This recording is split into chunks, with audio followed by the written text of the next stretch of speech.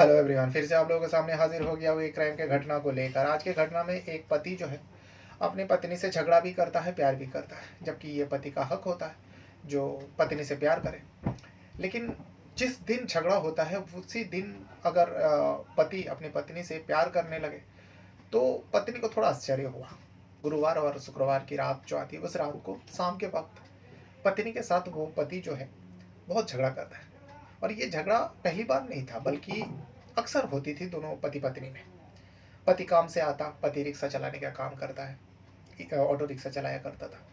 काम से घर आता है, कुछ बातों को लेकर पत्नी से लड़ पड़ता है, झगड़ा करता है।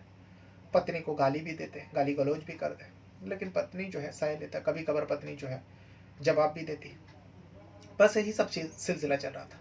लेकिन गुरुवार और शुक्रवार की रात को भी इन दोनों में शाम के वक्त थोड़ा बहुत आनाकानी हुआ, फिर रात हुआ।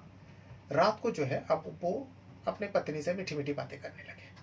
जो देखो, तुम मेरी बात माना करो, मेरी बात सुना करो, मैं जो कहता हूँ तुम उसे गौर किया करो। पत्नी समझती चलो अब झगड़ा हुआ, फिर अभी मुझे मना रहे, तो पत्नी भी खामोशी से सब कुछ सुन रहे थे पति का बात। सुबह हो जाती है। शुक्रवार को सुबह सुबह वो पति अपनी पत्नी को कहते हैं चलो मेरी बहन के वहाँ से घूम के आते हैं। यानी उस महिला के ननद के घर में जाने के लिए कह रहे हैं। तो पत्नी बहुत खुश होती है, जो चलो ठीक है, कल थोड़ा झगड़ा किया, आज मना रहे, घुमाने के लिए भी लेके जा रहे हो, भी अपनी बहन के वहाँ ननद के वहाँ जाएंगे। पति पत्नी निकल पड़ते हैं, बहन के वहाँ जाते हैं। जाने के बाद खाना वाना खाते और घर लौटते लौटते इन लोगों का शाम हो जाती है। जैसे शाम होता है, पति जो है अपने पत्नी को कहता है जो देखो चलो हम लोग अब घर पे चलते हैं, लेकिन बहन रुकना चाह, जो सर्दी का मौसम है, अभी कहाँ जाओगे आप लोग, कल सुबह चले जाना, आज रात को ठहर जाना। लेकिन वो जो पति होता है वो बहन का बात नहीं मानता और कहते नहीं हम लोग पहुँच जाएंगे, तू फिक्र मत कर, घर पे जाना ज़रूरी है। यह कहकर बहन के घर से वो पति पत्नी निकल पड़ते हैं। लेकिन रात को वो व्यक्ति अपने ही पत्नी के साथ बड़े हैवानियत करता है। हैवानियत बोले तो उस पत्नी को पहले मारता है, मारता बोले तो जान से मार देता है, गला घोट देता है। उसके बाद उसका सिर को कुचल देता है ताकि उसका शनाख्ता ना हो पाए, उसे पहचान ना हो पाए। फिर उसे एक नदी किनारे पे एक गांव में, सुनसान गांव, सर्दी का मौसम, रात के वक्त, गांव की बात है, पूरा सन्नाटा। वो अपने पत्नी का बॉडी को एक झाड़ी में फेंक देता है। झाड़ी में फेंक कर वो आराम से घर चले आते हैं, जैसे कुछ हुआ ही ना हो। किसी को कानो कान खबर नहीं हुई जो आखिर उस महिला के साथ हुआ गया। 2 दिन बीता। सोमवार सुबह सुबह उस महिला की बॉडी किसी को नजर आई। पुलिस को खबर की, पुलिस आती है, सनसनी फैलती है, तफ्तीश होती है। और तफ्तीश करते करते आखिरकार भले ही उस महिला की चेहरा देखकर कोई भी नहीं पहचान पाएगा जो ये महिला कौन है, कोई शनाख्त नहीं कर पाएगा। लेकिन महिला के बाकी शरीर के हिस्से में कई सारे निशान थे, कई सारे वस्तु थी, जो कपड़ा वगैरह थे, वो सब से आखिरकार महिला की पहचान होती है। महिला के घर तक पहुंचते हैं और पुलिस को पूरी सच्चाई पता चल जाती है। धीरे धीरे पति को हिरासत में ले जाए। हिरासत में ले जाने के बाद जब उसे पूछताछ करते हैं, पति जो है पहले तो जैसे हर मुजरिम करता है, इधर उधर की बातें करने लगे, घुमाने लगे। लेकिन आखिरकार पुलिस के आगे वो भी टूटता है और पूरी सच्चाई बयान कर देता है, जो हाँ, मैंने ही अपने पत्नी को मारा है और मैं ये अकेला काम किया हूँ, कोई किसी का साथ नहीं था। मैं अकेला ही अपने पत्नी को मौत के घाट उतारा और उतारने के बाद उस झाड़ी में फेंक कर आया था। इस पूरा कहानी को सुनने के बाद पुलिस प्रेस कॉन्फ्रेंस करते हैं और पूरी सच्चाई बता देते हैं। सच्चाई सुनने के बाद हर कोई हैरान हो जाते हैं, जो आखिर एक छोटी सी शक के बिना पर पत्नी को इस तरीके से मौत के घाट उतार दिया वो शख्स है। तो आज मैं इसी कहानी को सुनाने जा रहा हूँ। कहानी में आगे बढ़ने से पहले आप लोगों को एक क्यूआर कोड दिख रहा होगा। इस क्यूआर पे स्कैन करके आप आर्थिक अगर मदद करना चाहेंगे, अगर आपसे हो सके तो आप मदद जरूर कीजिएगा। उत्तर प्रदेश का वाराणसी डिस्ट्रिक्ट है। इसी वाराणसी डिस्ट्रिक्ट में चोलापुर पुलिस थाने लगता है। चोलापुर पुलिस थाने में 112 से कॉल आती है, शिकायत आती है, जो एक गांव का नाम बताया जाता है जो गोमती नदी के किनारे पे है।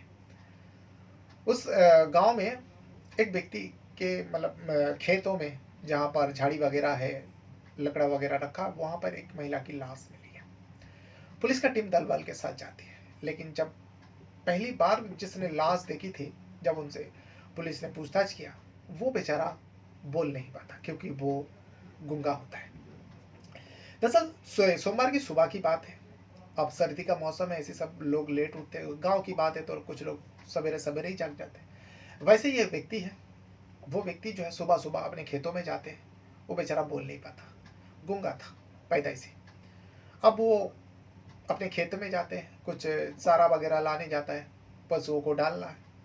जाने के बाद वो अपने खेती में जब जाते हैं तो देखता है कि एक महिला के कपड़ा पड़े हुए हैं। उस कपड़े को देखने के बाद उसे थोड़ा आश्चर्य हो, जो मेरे खेत में महिला की कपड़ा। तो थोड़ा और अंदर गया तो देखा कि एक महिला की लाश है। वो कांप उठता है और थर थर कांपने लगता है। वो फौरन दौड़ के गांव में जाते हैं, क्योंकि गांव से थोड़ा दूरी में ही था वो खेत।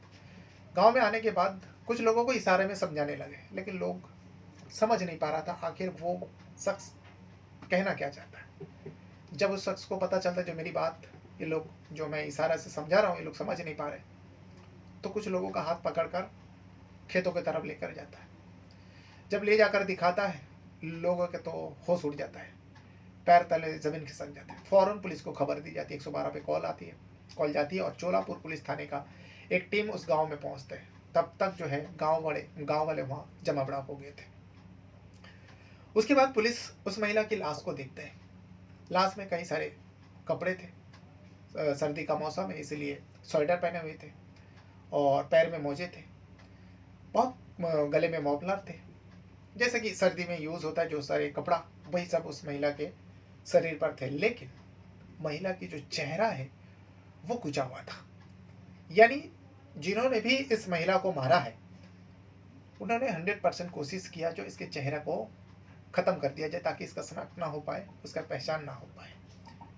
इस वजह से उन्होंने ऐसा किया। अब फिलहाल पुलिस बॉडी को देखता है, डॉग स्क्वाड आता है, फॉरेंसिक टीम आती, क्राइम टीम आती। वहाँ पर गांव के लोग, वहाँ पर पूरा जमावड़ा बन गया था।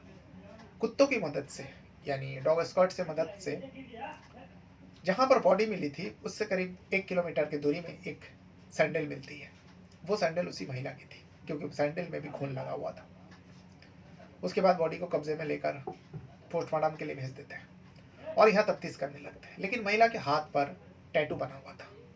वो टैटू के चलते आखिरकार पुलिस ने इन्वेस्टिगेशन करते करते कई सारे पुलिस थाने में खबर दी जाती है।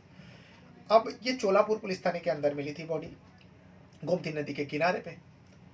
वहां से 25 किलोमीटर दूरी पर एक पुलिस थाना और लगता है, चौबेपुर पुलिस थाना। चोलापुर से चौबेपुर पुलिस थाने में कॉल किया जाता है और इस महिला के बारे में बताया जाता है। तो चौबेपुर पुलिस थाने में उस महिला की मिसिंग कंप्लेंट का मामला दर्ज था। तो चौबेपुर पुलिस को खबर दी जाती है, जो हमारा पुलिस स्टेशन के अंदर एक गोमती नदी के किनारे पे झाड़ियों के पास एक महिला की लाश मिली है, सिर कुचा हुआ। अब उस महिला के गुमशुदगी का मिसिंग कंप्लेंट का दर्ज था, इसीलिए उसके सारे डिटेल लेकर चोलापुर पुलिस वाले को दे देते हैं। चोलापुर जब उस मिलान पड़ता है, आखिरकार उस महिला के घर तक पहुंचते हैं। महिला के घर तक पहुंचने के बाद पता चलता है महिला का नाम जो है लक्ष्मी मिश्रा नाम होती है। लक्ष्मी मिश्रा 26 साल की थी और वो शादीशुदा थी। यानी घर परिवार सारे थे, मायके वाले भी सामने आते और ससुराल वाले भी सामने आते, क्योंकि वो उस टाइम अपने ही घर में थे, यानी ससुराल में थे, अपने पति के साथ थे। पति का नाम होता है प्रदीप मिश्रा। प्रदीप मिश्रा जो है रिक्शा चलाने का काम करता है, लेकिन प्रदीप मिश्रा जो है 46 से 48 साल के उम्र का होता है, यानी बुजुर्ग था। पुलिस को भी लगा इतनी ज़्यादा उम्र में फ़र्क, करीब 20-22 साल का फ़र्क है पति पत्नी में। जब प्रदीप मिश्रा का पूरा हिस्ट्री निकाला तो पता चला प्रदीप मिश्रा का ये दूसरी वाइफ है। पहले उस वाइफ का उसे मतलब मौत हो गया या कुछ अलग हो गया, उसका डिटेल तो सामने नहीं आया। जो भी आर्टिकल में मैंने पढ़ा वो डिटेल नहीं आया। लेकिन हाँ, ये जो लक्ष्मी मिश्रा है ये दूसरी पत्नी है। कुछ साल पहले इन दोनों का शादी हुई थी, परिवार वालों ने देखकर करवाया था, कोई लव मैरिज नहीं थी। शादी के बाद जैसा होता है सब कुछ ठीक ठाक चलता है, लेकिन फिर दोनों पति पत्नी में झगड़ा विवाद होने लगी। ये आसपास पड़ोसी वाले लक्ष्मी मिश्रा के मायके वाले बताते हैं। ये सब पुलिस वाले को तहरीर दिया। तो पुलिस का जो सुई है, पुलिस का जो शक की सुई है, वो आखिरकार घूम फिर कर वो प्रदीप मिश्रा के ऊपर ही जाकर टिक जाते हैं। प्रदीप मिश्रा को हिरासत में ले लेता है। लेने के बाद उसे पूछताछ करते हैं, जो भाई तुम्हारा पत्नी कुछ दिनों से गायब है, क्योंकि सोमवार को और मंगलवार को, सोमवार को बॉडी मिली थी और मंगलवार को उस तक पहुंचता था, प्रदीप मिश्रा तक पहुंचे थे पुलिस का टीम। तो इसमें प्रदीप मिश्रा कहते हैं हाँ मैंने मिसिंग कंप्लेंट तो अपने पुलिस थाने चौबेपुर पुलिस थाने में मामला दर्ज कराया, लेकिन जिस हिसाब से वो तहरीर दे रहे थे और प्रदीप मिश्रा का मोबाइल नंबर लेकर लोकेशन चेक किया तो पता चला जिस जगह पे उस महिला की बॉडी मिली थी उस जगह पे इसके मोबाइल का लोकेशन दिखा रहा था। और ये दिन था शुक्रवार और शनिवार की रात का, फ्राइडे और सैटरडे का नाइट का। और पोस्टमार्टम रिपोर्ट से पता चली क्योंकि सोमवार को वो बॉडी मिली थी, करीब 24-26 घंटा बाद लोगों को दिखाई दिया था, वो भी गूंगे को दिखाई दिया था, बहरे को दिखाई दिया था। तो पोस्टमार्टम से इतना पता चला 24-26 घंटा पहले मौत हो गई, यानी साफ साफ इशारा कर रहा था पति का मोबाइल का लोकेशन जिस टाइम उस गाँव में दिखा रहा था गोमती नदी के किनारे पे, उसी टाइम उस महिला की मौत हुई है। संकेत और पुलिस उसे हिरासत में ले लेता है। प्रदीप मिश्रा को हिरासत में लेने के बाद उसे पूछताछ किया जाता है। पहले तो वो आनाकानी करता रहा और इधर उधर के बातें करते रहे। आखिरकार पुलिस की सख्ती के आगे प्रदीप मिश्रा टूटते हैं और सच्चाई बताने का कबूलता है, जो ठीक है मैं सच्चाई बताने को तैयार हूँ, क्योंकि पुलिस का जो टॉर्चर है वो सह नहीं पाते। आखिरकार प्रदीप मिश्रा कहते हैं हाँ मैंने ही अपनी पत्नी लक्ष्मी मिश्रा को मौत के घाट उतारा और ये फ्राइडे और सैटरडे के रात को ही मैंने उसे मौत दे दिया था। कैसे मारा? उसने कहा, प्रदीप मिश्रा ने कहा, जो मैं अपने बहन के घर प्लानिंग के साथ अपनी पत्नी को लेकर गए हुए थे क्योंकि मुझे मारना था। इस वजह से मैं उसे करीब 12-14 घंटा पहले से उसे प्यार कर रहा था, उसे बड़ी प्यार से पेश आ रहा था क्योंकि मुझे अब उसे ज़िंदगी से हटाना था। तो उसे मैं सुबह फ्राइडे की सुबह, शुक्रवार को सुबह उसे लेकर मैं अपने बहन के वहाँ जाता हूँ। जानबूझकर मैं शाम तक वहाँ पे रुकता हूँ।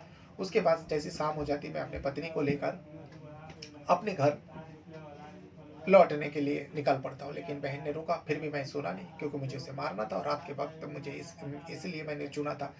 मुझे पता है सर्दी का मौसम है, रात के वक्त अगर मैं इसे लेकर आऊँगा तो मुझे सुनसान जगह मिल जाएगी और मैं इसे बड़ी आसानी से मार सकता हूँ। प्लानिंग के साथ बहन के घर से निकलता हूँ।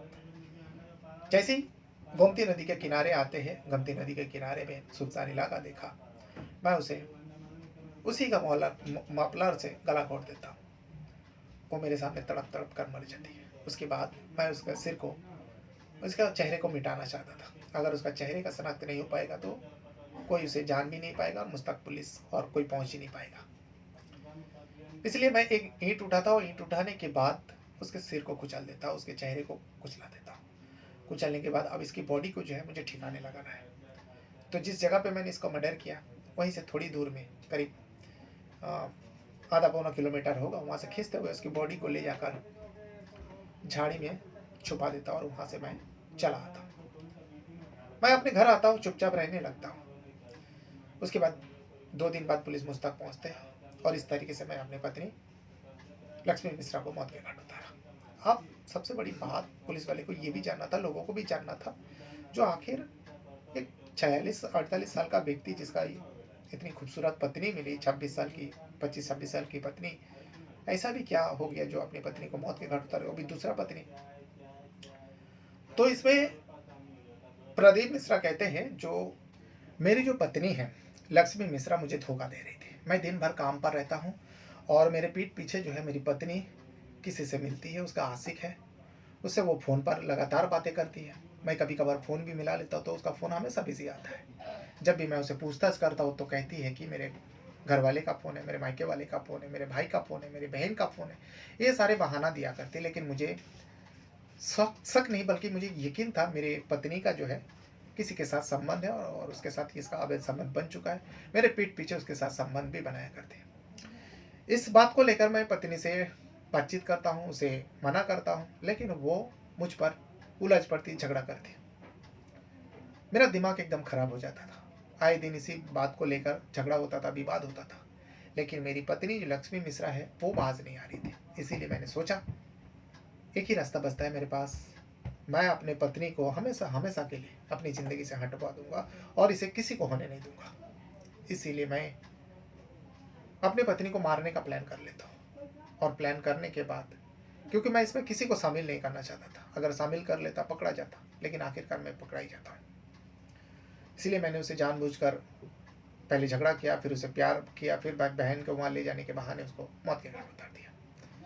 पुलिस ने जब उस लक्ष्मी मिश्रा के मोबाइल का डिटेल खंगाला तो इतना तो पुलिस वाले को पता नहीं चला जो कोई उसके साथ किसी का अवैध संबंध है, कोई ऐसा नंबर सामने नहीं आया। लेकिन हाँ, लक्ष्मी मिश्रा का अक्सर बातें होती थी, उसके मायके वाले से, भाई से, बहन से, सारे लोगों से बातें करते थे। पति का नंबर तो था ही उसमें, उनसे भी बातें होती थी, लेकिन कोई ऐसा नंबर नहीं है जिसे लगता है जो इस व्यक्ति के साथ इसका कोई संबंध वगैरह हो, कोई अननोन नंबर, कोई अननोन पर्सन है। पुलिस ने जांच में इतना पता चला। लेकिन हाँ, ये जो प्रदीप मिश्रा है उसके बारे में पुलिस वाले को बहुत सारे चीज़ें खंगालने पर पता चली। खबरी को लगाया तो प्रदीप मिश्रा के बारे में पूरा डिटेल पुलिस वाले के सामने आया। जो प्रदीप मिश्रा कोई सीधा इंसान नहीं था, वो हमेशा झगड़ेलू इंसान रहे और उनके ऊपर कई सारे मुकदमा दर्ज है और 307 के मामले में वो जेल भी जा चुके हैं इससे पहले। ये सारी खबर जो है खबरी पुलिस वाले को प्रदीप मिश्रा के बारे में बता देता है। अब यहाँ पर प्रदीप मिश्रा अपना गुनाह कबूल कर लिया, मर्डर किया अपने पत्नी का, किस तरीके से किया, क्यों किया, ये सारी डिटेल सामने रख दिया। उसके बाद उनके ऊपर जो प्रदीप मिश्रा के ऊपर चार्जशीट दाखिल करेंगे और उसे कोर्ट पेश करके अब अदालत तय करेगा उसे इस मौत की सज़ा क्या मिलती है। तो ये वो पूरा घटना है। इस घटने को खुलासा करने के बाद वहाँ के पुलिसकर्मी जो कुछ भी उन्होंने प्रेस कॉन्फ्रेंस में बताया वो सारे मैं आप लोगों को सामने छोड़कर जाऊँगा। और हाँ, जाते जाते एक छोटी सी रिक्वेस्ट रहेगा, जैसे कि आप लोग QR देख रहे हो, इस QR को स्कैन करके अगर आप कुछ मदद करना चाहेंगे, कुछ हेल्प करना चाहेंगे तो आप कर सकते हो। बहरहाल अपने साथ साथ अपना परिवार का भी बहुत ज़्यादा ख्याल रखिएगा। और इस कहानी, इस घटना के बारे में अगर आपको कुछ कहना रहेगा तो कमेंट बॉक्स में अपना राय ज़रूर दीजिएगा। Thank you very much. हमें 112 की सूचना मिली थी कि थाना चोलापुर में दानगंज चौकी के अंतर्गत कैथौर गांव है, उसमें गोमती नदी के किनारे से लगभग 150 मीटर दूर एक संदिग्ध शव मिला है महिला का। सूचना के उपरांत थाने की पुलिस, ACP सारनाथ और हमने और एडिशनल CP सर ने मौका मुआयना किया तो एक महिला का लगभग 12 से 18 घंटे का पुराना शव वहां पर मिला, जिसका सर पूरी तरीके से, फेस पूरी तरीके से पत्थर से कूचा हुआ था, तो पहचान नहीं हो पाई थी। मौके पे ही एक ईंट का ब्लॉक पड़ा था और एक मफलर भी पड़ा था। मौके पे फॉरेंसिक की टीम, डॉग स्क्वाड और सर्विलांस टीम ने पूरा मुआयना किया और तलाश गश्ती को चेक करते हुए आसपास के थानों से हमें पता लगा कि यह महिला जो हैं, जो मृतक महिला हैं, उनकी जो पहचान है वो लक्ष्मी मिश्रा थाना चौबेपुर की हो पाई। और हमें पता लगा कि शुक्रवार को महिला अपने पति के साथ, जो कि ऑटो चालक का काम करते हैं, प्रदीप मिश्रा जी, उनके साथ ही अपनी ननद के घर गई थी, जो कि चंदवक थाने में एक गांव में रहती हैं। उसके बाद से वो लापता थी। तो जब सूचना के बाद हमने पूछना चाहा ससुराल पक्ष से तो पाया कि पति लापता हैं, तो उससे हमारा शक बढ़ा और उसके बाद पति को हमने सर्विलांस के आधार पे महमूदपुर मोड़ से गिरफ्तार किया। गिरफ्तारी के बाद पूछताछ करने पे पता चला कि पति ने पूरी प्लानिंग से इस घटना को अंजाम दिया है, क्योंकि इनकी पत्नी से अक्सर झगड़ा होता था। ये 48 वर्ष के हैं, पत्नी जो इनकी है उनकी सेकंड शादी है, 28 वर्ष की हैं और इनको अपनी पत्नी पर अवैध संबंध का शक था। 1-2 बार इन्होंने बताया कि हम पकड़ भी चुके हैं। उसी से नाराज़ होते हुए इन्होंने घटना को अंजाम दिया। ऑटो में ये लेकर गए, वहीं पर रास्ते में इन्होंने मफलर से उनको स्ट्रैंगुलेट कर दिया, उनका गला घोटकर उनकी हत्या कर दी। और शव की पहचान को मिटाने के लिए उन्होंने उस जगह को चूज़ किया जो कि कैथौर गांव का इलाका है, और वहां पर ही रास्ते से उठाए हुए ईंट के ब्लॉक से फेस को पूरी तरीके से डैमेज कर दिया। तो हमने पहचान उनके शरीर पे मौजूद टैटूज से की। घटनास्थल से मारने में प्रयुक्त जो हमारा ईंट का ब्लॉक है और जो मफलर है वो भी बरामद हो गए हैं और अभियुक्त को गिरफ्तार करके अब न्यायालय में पेश किया जाएगा। मैडम, दोनों टैटू हैं, उनके बारे में बताइए। देखिए, डिकोड कैसे किया गया? जो शव है उनके हाथ पे 2 टैटू हैं, P और L, जो कि इनिशियल्स हैं, मतलब नाम का पहला अक्षर है महिला का और उनके हस्बैंड का, जो अक्सर महिलाओं के में हाथ में मिल जाता है। P से प्रदीप है उनके हस्बैंड, जो कि अभियुक्त हैं, और L से उनका नाम था। उसी से हमने तलाश गश्ती जब जारी की और पाया कि मिसिंग महिला है एक ऐसी, और आसपास पूछवाए तो पता लगा कि जो एक चौबेपुर की मिसिंग महिला है उनके हाथ पे भी ऐसा टैटू था। तो हमें क्लैरिटी हो गई क्योंकि हमने फोटो में वो टैटू देखा उनके हाथ। दूसरा टैटू था उसका कुछ क्लैरिटी? हाँ, दूसरा टैटू था उसका भी GPL था। जो पता लगा है कि जो ये प्रदीप जी हैं जो उनके हस्बैंड हैं उनको घर में गुड्डू भी कहते हैं, तो उससे संभवतः G और P उनका नाम है और L महिला का नाम। मैडम, जो ये विवाद था दोनों लोगों में जी। ये पता चल पाया कि कोई तीसरा व्यक्ति भी क्या इनके जीवन में या फिर ऐसी शक था? देखिए, पति ने अपने कन्फेशन में कबूला है कि 1-2 बार इन्होंने महिला को किसी से बात करते हुए पकड़ा है। उसके अलावा हमें कोई ऐसा साक्ष्य मिला नहीं है, ये पर्सनल चीज़ है, पर ये ज़रूर उनके दिमाग का शक ही था। और क्योंकि उनकी बड़ी हिंसक हिस्ट्री भी है, इनके ऊपर 7 मुकदमे हैं, 307 में पहले जेल भी जा चुके हैं, तो इस प्रकार से उन्होंने अंजाम दिया और कन्फेस भी किया। विवाद की एक वजह एज फैक्टर भी था क्या मैम इन लोगों के रिश्तों में? नहीं, यही था फैक्टर, यही था कि भाई दोनों की बन नहीं रही है क्योंकि उनको शक है अपनी बीवी पे कि उनके कुछ अवैध संबंध है। यही एक क्या भाई की उम्र मेडिकल कितनी क्या थी, क्या पता? जी, महिला की उम्र में लगभग 25 से 27 वर्ष के बीच है और पुरुष की उम्र है लगभग 48 वर्ष। मैम, जो महिला का पति है क्या वो मेडिकली फिट है? उसकी जांच भी कराई गई है? मानसिक रूप से वो स्वस्थ है?